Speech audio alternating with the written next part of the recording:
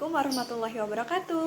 Nama saya Puspa Desti Harsono, mahasiswa D4 Kebidanan kelas C5 dari Universitas Nasional. Hari ini saya akan membuat video tentang tata cara pemberian magnesium sulfat pada ibu hamil yang mengalami preeklamsia dan eklamsia. Video ini saya buat dengan tujuan untuk memenuhi ujian tengah semester pada mata kuliah asuhan kebidanan kegawat daruratan maternal dan neonatal. Jadi, magnesium sulfat ini diberikan kepada ibu hamil dengan usia kehamilan di atas 20 minggu yang mengalami kenaikan tekanan darah lebih dari sama dengan 140/90 mm hidrogram. Dan pada urinnya terdapat protein lebih dari sama dengan positif 1. Biasanya, ibu-ibu dengan preeklamsia ada tanda gejalanya seperti pusing yang hebat, mata berkunang-kunang, ekstremitas atau anggota-anggota geraknya bengkak, bahkan wajahnya juga bengkak. Dan yang paling fatal adalah kejang atau yang disebut dengan eklamsia.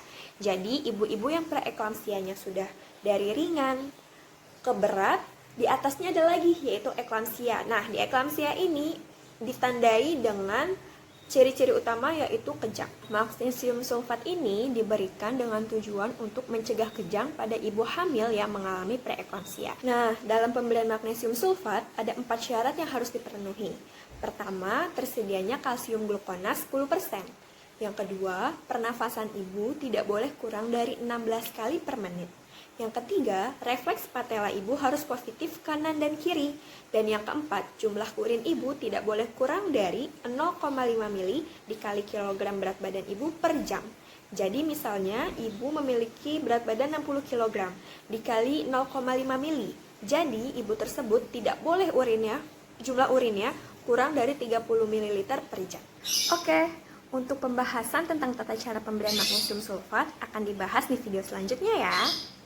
Oke, sebelum masuk ke tata cara pemberian magnesium sulfat, di sini saya akan menjelaskan tentang alat dan obat yang dibutuhkan. Untuk alat-alatnya yang pertama ada infuset, yaitu menggunakan cairan ringer laktat untuk memasukkan obat secara IV.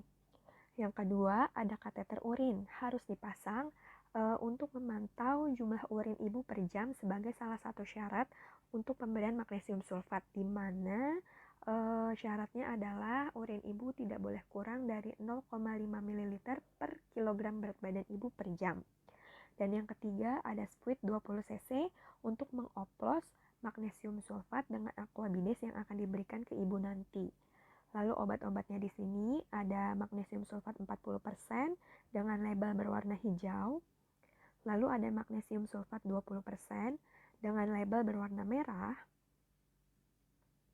Lalu ada kalsium glukonas, ada nifedipin, dan ada aquabides. Magnesium sulfat untuk preeklamsia dan eklamsia.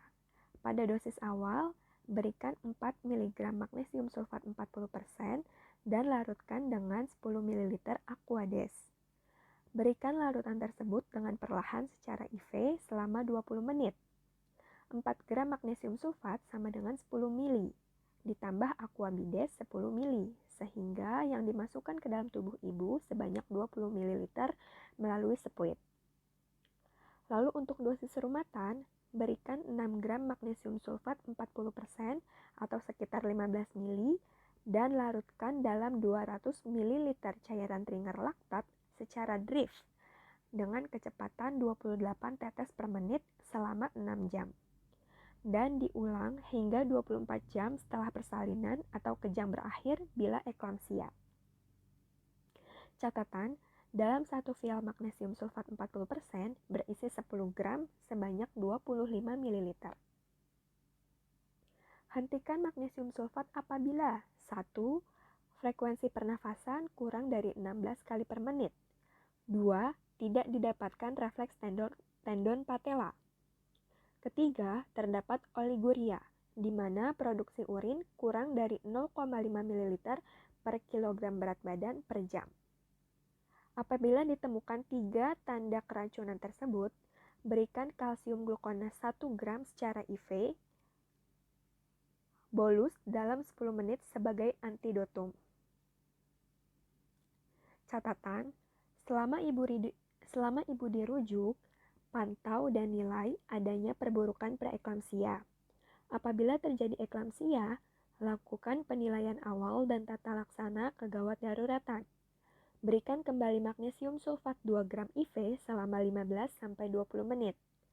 Bila pemberian magnesium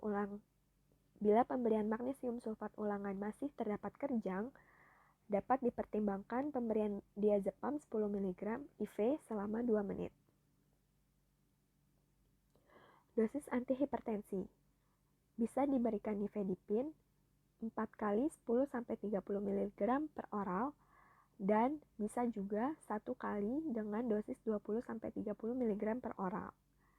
Bisa juga menggunakan nicardipin 5 mg per jam, dapat dititrasi 2,5 mg per jam tiap 5 menit, sehingga maksimum 10 mg per jam. Dan bisa juga menggunakan metildopa dengan dosis 2 kali 250 sampai 500 mg per oral. Dosis maksimum 2000 mg per hari. Terima kasih atas perhatiannya untuk Ibu Rukma, terutama selaku dosen pengampu mata kuliah asuhan kebidanan kegawat daruratan maternal neonatal, dan semua teman-teman yang sudah menonton. Mohon koreksinya jika masih ada yang keliru atau ada yang ingin menambahkan. Terima kasih.